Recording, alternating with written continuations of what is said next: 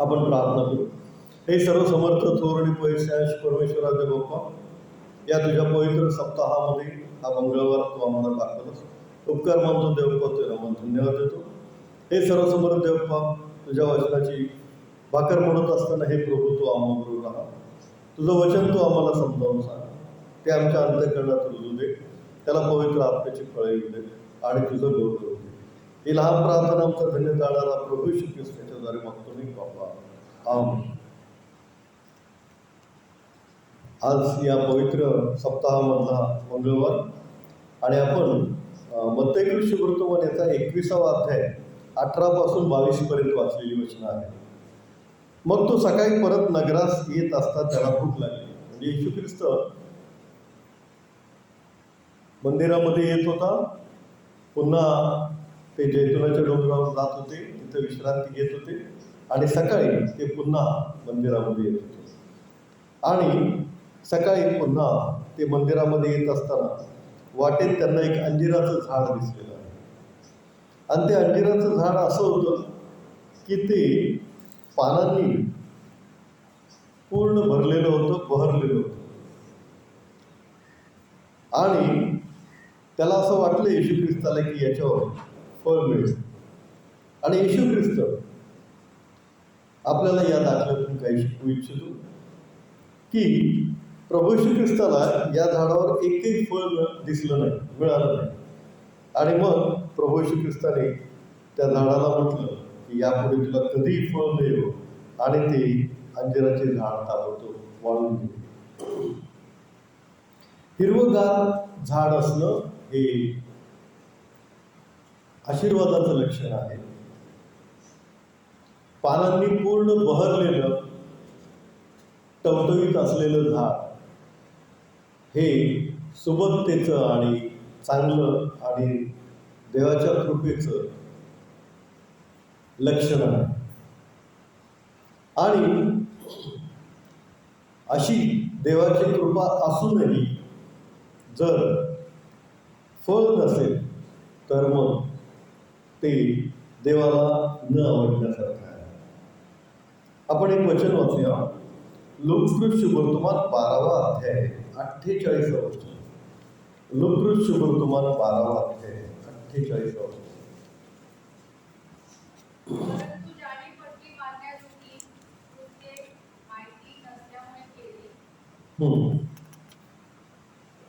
परंतु ज्याने फटके मिळण्याजोगी कृत्ये माहीत नसता केली त्याला थोडे मिळतील.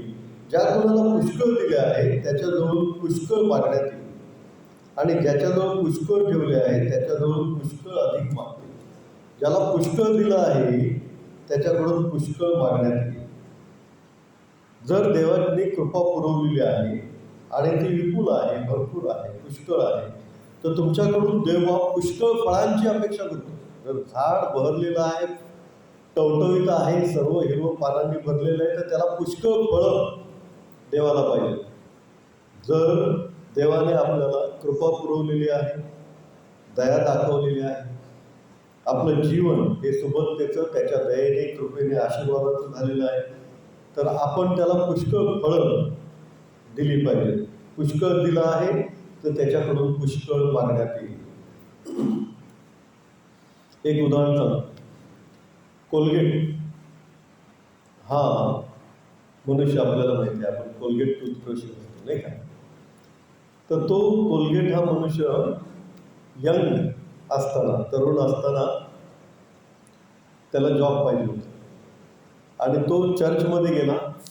त्याने चर्चमध्ये जाऊन गुडघे टेकून प्रार्थना केली की आता शिक्षण झालेलं आहे आणि मला जॉब परमेश्वरा तू दे. आणि मग तो घरी आला.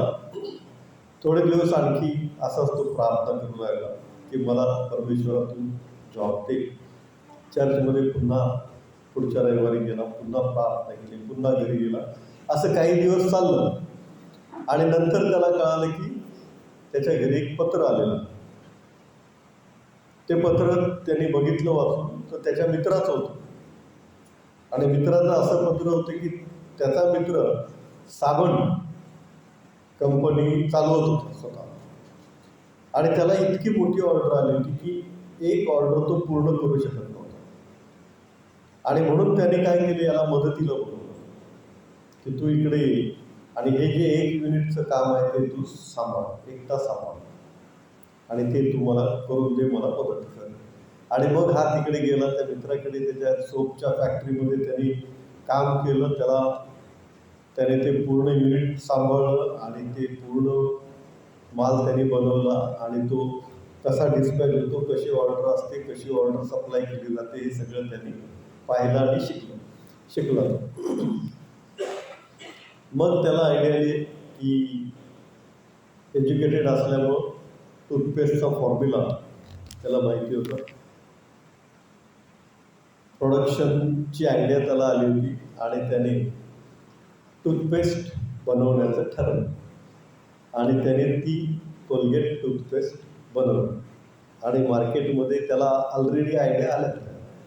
त्यामुळं मार्केटमध्ये त्यांनी तो सेल करायचा प्रयत्न केला आणि देवबाप्पांनी काय केलं, त्याला आशीर्वाद दिला. काय केलं, यश दिलं आणि ते सर्व त्यांच्या देशामध्येच नाही, दुसऱ्या देशांमध्ये पण त्याचा खप होऊ लागला. माहिती आहे आपल्याला ना, कोलगेट आपण इंडियामध्ये पण ते कोलगेट वापरतो राईट. तर त्याच्या कॉम्पिटिशनला नंतर पुष्कळ दुसऱ्या टूथपेस्ट आल्या आणि गेल्या पण, परंतु कोलगेट मात्र अजूनही टिकून आहे. कितीतरी वर्ष झाली नाही का, अजूनही काय आहे तर टिकून. अतिशय धार्मिक असा तो कोलगेट मनुष्य आणि त्याला मग या उद्योगातून, या बिझनेसमधून त्याला भरपूर प्रॉफिट मिळत गेला. आणि बायबलमध्ये आपल्याला सांगितलंय की दशांश द्या, काय द्या, दशांश द्या. मग तो दशांश देत होता. मग त्याला इतका प्रॉफिट मिळू लागला की तो 20% देऊ लागला. त्याच्या प्रॉफिट जो आहे त्याच्या 20%. मग प्रॉफिट आणखी वाढला 30%, 40%, 50% देऊ लागला आणि नंतर ते त्यांनी 90% प्रॉफिट दिला देवाला. 90% दिला आणि फक्त 10% स्वतःला ठेवला, तरी तो अब्जावधीमध्ये होता. आणि ही सत्य घटना आणि त्याला कॉम्पिटिशन पण कोण टिकूच शकत नाही, कारण देवाचा आशीर्वाद आहे. देवाच्या दयेने, देवाच्या कृपेने, देवाच्या आशीर्वादाने सुरू केलेली ही गोष्ट आहे. त्याची फॅक्टरी आहे, त्याची कंपनी आहे. तर गोष्ट अशी आहे की देवाची जर कृपा असेल तर ते झाड असं हिरवं भरलेलं असतं आणि मग परमेश्वर काय करतो, फळांची अपेक्षा करतो. मग हे कोलगेटनी काय केलं, परमेश्वराला फळ द्यायचा प्रयत्न केला. मग त्या दान धर्मामधून चर्चेस आणि इतर काही गोष्टी, धार्मिक विधी किंवा गरिबांचा समाचार घेणं किंवा काळजी घेणं, या सगळ्या गोष्टी आपल्याला माहिती आहे की त्या होऊ लागल्या आणि त्या झाल्या. देवबाप्पाची स्तुती असते. आता आपल्याला दुसरी एक सेविका माहिती आहे, जॉयस मेयर, माहिती आहे ना, अमेरिकेची. तर मी स्वतः त्यांच्या काही प्रोजेक्ट्समध्ये काम केलेलं आहे. I know that. ते सॅमरिटन बॉक्स वगैरे वाटायचे पहा इंडियामध्ये. सॅमरिटन बॉक्स, त्याच्यामध्ये कोलगेट, ब्रश, साबण वगैरे काय काय असायचं, छान छान वस्तू असायच्या आणि मग ते आपण सर्व मुलांना वगैरे डिस्ट्रीब्यूट करायचं. तर ती कित्येक देशातल्या मुलांना स्कूलचा युनिफॉर्म पुरवते, स्कूलच्या बॅगा पुरवते, स्कूलचा त्यांचा काही जो काय खर्च असेल तो करते, आजही करते.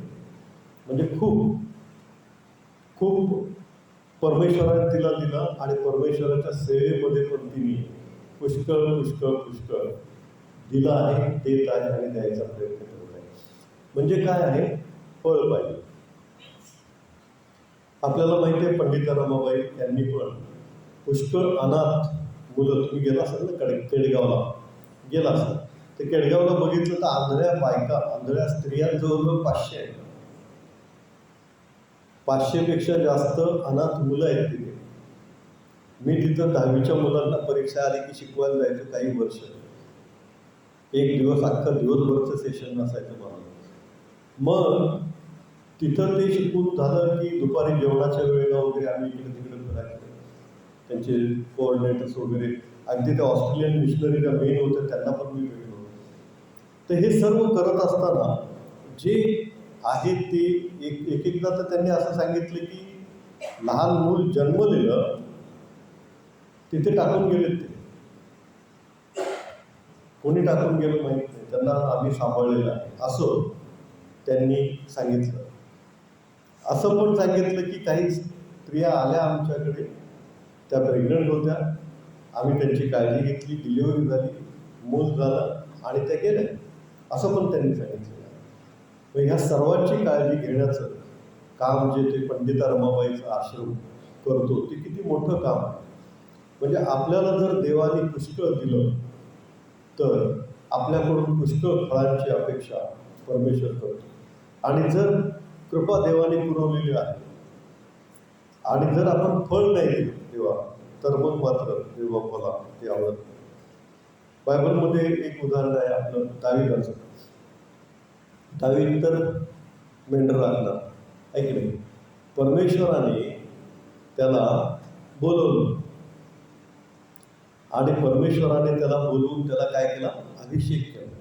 काय म्हणून? इस्रायलाचा राजा म्हणून अभिषेक केला, बरोबर. हां, आणि इस्रायलचा राजा म्हणून अभिषेक केला आणि मग तो जिकडं जिकडं युद्धाला गेला तिकडं त्याने काय सर्व युद्ध जिंकली. आणि देवाच्या दयेने परमेश्वराच्या कृपेने त्याच्याकडे भरपूर काही नाही. आणि मग सोनं चांदी रूप हे ते सगळं भरपूर झालं. मग त्याला त्याच्या मनामध्ये असा विचार आला की मी देवाच्या मंदिरासाठी काय केलं, काहीतरी करायला पाहिजे. मग तो पहिले इतिहास 17वा अध्याय 1-2 वचन वाचले.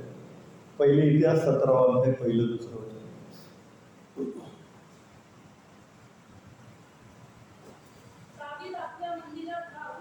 दावीद आपल्या मंदिरात राहू लागला.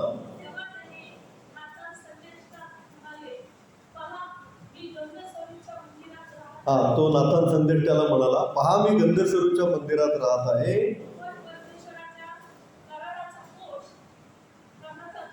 हा, पण परमेश्वराचा कराराचा कोश मात्र कुठे? कनाती खाली आहे. कनात म्हणजे काय? एक कपड्याचं जसं तंबू करे, कपड्याचं तो कनाती खाली आहे. पुढे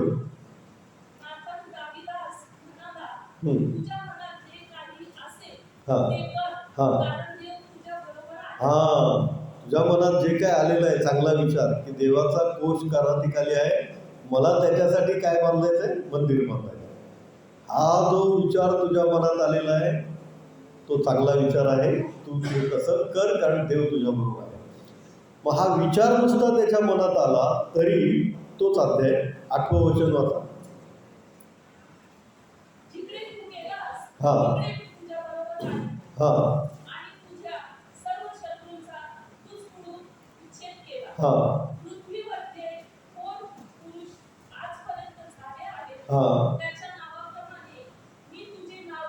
आमेन. पृथ्वीवर जे थोर पुरुष झाले आहे त्यांच्याप्रमाणे मी तुझं नाव करीन. म्हणजे पृथ्वीवर मी तुला थोर करीन. केवळ मनात विचार आला दावीदाच्या की मला परमेश्वराच्या मंदिरासाठी काहीतरी करायचं आहे. त्यांनी फळ दाखवलं परमेश्वराला की फळ आहे माझ्याकडे तुझ्यासाठी काहीतरी करण्यासाठी. आणि मग परमेश्वराने आशीर्वाद तिथंच 8व्याच वचनात 17वा अध्याय 1-2 वचनात त्याच्या मनात आलं. 8व्या वचनात लगेच त्याला परमेश्वराने नातान संदेशाद्वारे सांगितलेलं आहे की तुझं नाव मी पृथ्वीवर थोर करीन. आणि झालं, तसंच झालं. King David, very famous person in the whole world, अख्ख्या जगामध्ये किंग डेव्हिड हा मोठा मोठा मोठा प्रसिद्ध व्यक्ती आहे. यहुदी लोक त्याला मानतात,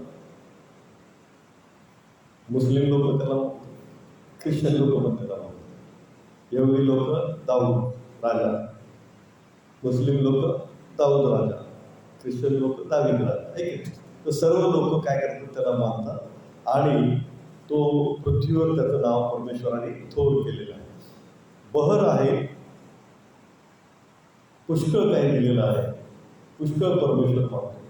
मग त्याला मंदिर बांधायचं होतं, पण परमेश्वर म्हणाला काय माहिती आहे? तू पुष्कळ रक्तपात केलेला आहे, त्यामुळे तू मंदिर बांधणार नाहीस, पण तुझा पुत्र शलोमोन मंदिर बांधले. मग दाविदांनी काय केलं? एखादा म्हणलं असतं बरं झालं, मला निमित्त भेटलं. काय निमित्त भेटलं? आता परमेश्वरच म्हणतो बांधू नको, तुम्ही काय मला काय करताच येत नाही. परमेश्वर जर बांधू नको म्हणतो, तुम्ही काय माझी बांधायची इच्छा होती असा एखाद्याने कारण सांगितलं असतं की नाही, सांगायला त्याला वाद होता की नाही, पण नाही. तो म्हटलं ठीक आहे, त्याचा पुत्र शलोमोन बांधेल ना तर ठीक आहे, त्याच्यासाठी सगळं मी करून देईन.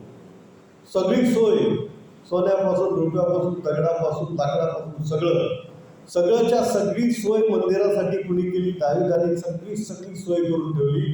आणि शलोमोनाला शेवटी सांगितलं की तू मंदिर बांधशील तेव्हा काही कमी पडलं तर माझ्या राजभंडारातून, राजाच्या राजभंडारातून सोनं रुपये जे पाहिजे ते घे.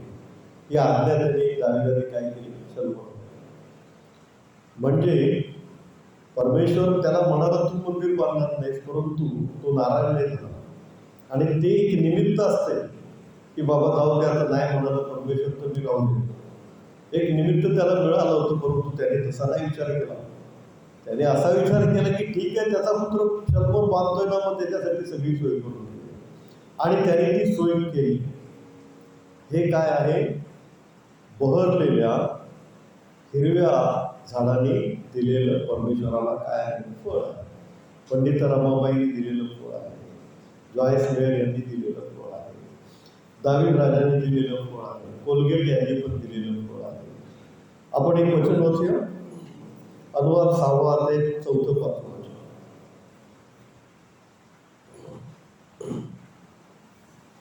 अनुवाद 6वा अध्याय 4-5.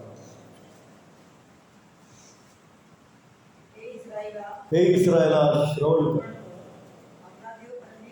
आपला देव परमेश्वर हा अनन्य परमेश्वर आहे. तो आपला देव परमेश्वर यावर पूर्ण मनाने, पूर्ण जीवाने, पूर्ण शक्तीने प्रीती कर. देवाची स्तुती असो. हे इस्रायला श्रवण कर, तुझा देव परमेश्वर हा अनन्य परमेश्वर आहे.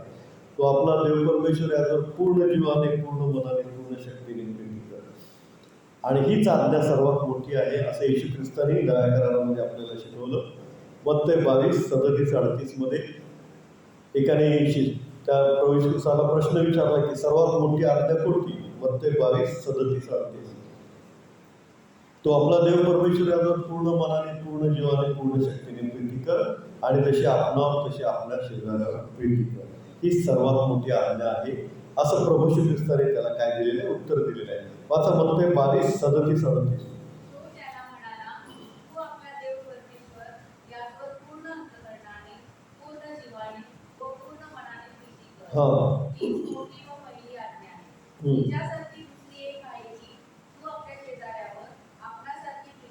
आमेन. तर सर्वात मोठी आज्ञा ही आहे की आपण आपल्या देवावर पूर्ण जीवाने, पूर्ण मनाने, पूर्ण शक्तीने प्रीती कर. मग ती देवावर प्रीती जेव्हा आपण करतो तेव्हा देवाला वेळ तरी द्यायला पाहिजे. नुसतं काम, नुसतं बिझनेस, नुसतं पैसा, नुसतं त्याच्या मागे. मी ठाण्याच्या आता तिथे कशिश पार्क झालेलं आहे, तिथे एक कंपनी होती FGP, फायबर ग्लास पिल्किंग्टन. तर पिल्किंग्टन हा इंग्लंडचा मालक होता. तिथे मी मॅनेजर पोस्टवर होतो, चीफ केमिस्ट म्हणून. आणि ते काम करत असताना मला सगळे वर्कर अंडर होते, आमच्या हाताखाली असायचे. तर एक वर्कर आजारी पडला आणि त्याच्या घरी आम्ही व्हिजिटला गेलो. सगळं होतं तिथे. कशिश पार्क फार मोठा आहे आणि फायबर ग्लास पिल्किंग्टन ही मल्टीनॅशनल कंपनी, बरं, मोठी कंपनी, मल्टीनॅशनल. तर तिथे आम्ही गेलो तेव्हा त्यांनी जे सांगितलं ती गोष्ट अशी कि मैं बहुत पैसे के पीछे भागा, बहुत ओवर टाइम करके पैसा कमाया. अभी मैं बिस्तर पर हूँ, कैंसर हो गया है. और विशेष म्हणजे ना कोई भगवान के लिए टाइम दिया, ना फैमिली के लिए टाइम दिया. सिर्फ ये करो फिर वो करो, फिर ये करना है, वो करना, अशी त्यांनी साक्ष दिलेली मी ऐकली. तर मला पण खूप वाईट वाटलं की जेव्हा संधी आहे, आपल्या जीवात जीव आहे, श्वासात श्वास आहे, तोपर्यंत आपण देवासाठी काही करतो का, वेळ देतो का, ते पण आपण पाहिलं पाहिजे. आणि जर आपलं झाड बहरलेलं आहे तर आपण देवाला आणखी काही आपल्या उत्पन्नातून देतो का, हे पण आपण पाहिलं पाहिजे. फळं जी आहेत ती कुठली फळं आहेत ती आपल्याला गलती करास पत्र 5वा अध्याय 22-23 वचनामध्ये दिलेली आहे. फळं गलती करास पत्र 5वा अध्याय 22-23.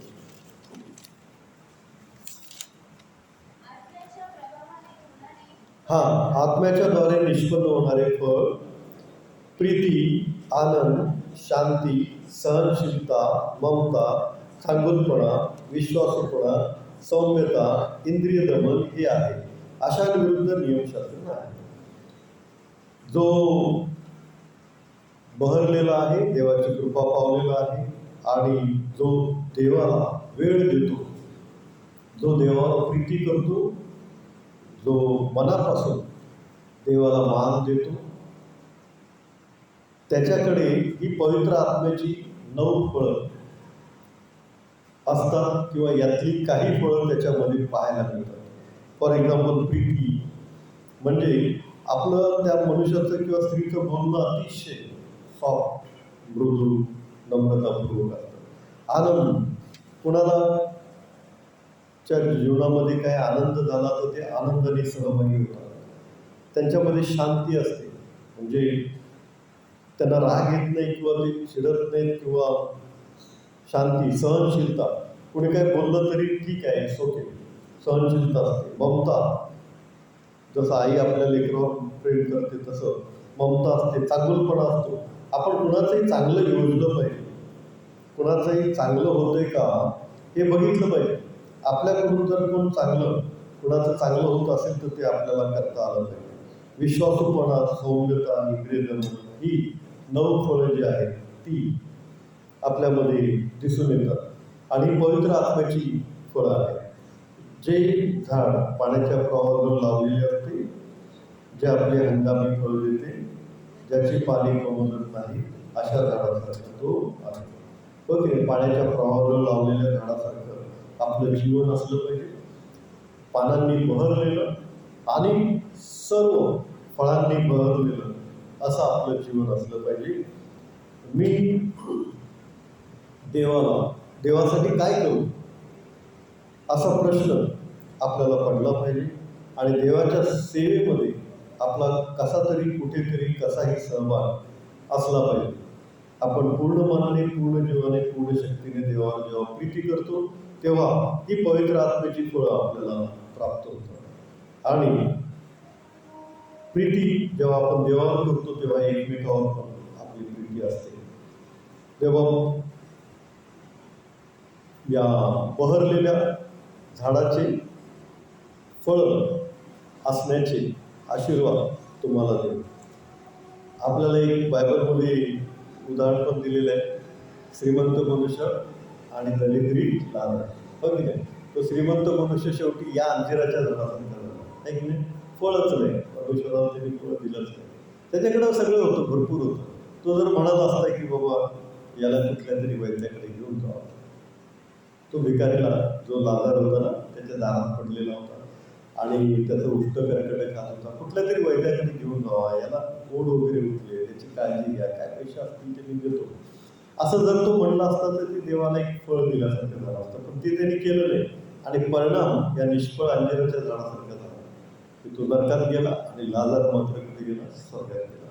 तर आपण फळ देवाला देणारा असावं. बदलापूरला जॉयस मेयरनी एक आश्रम चालू केला.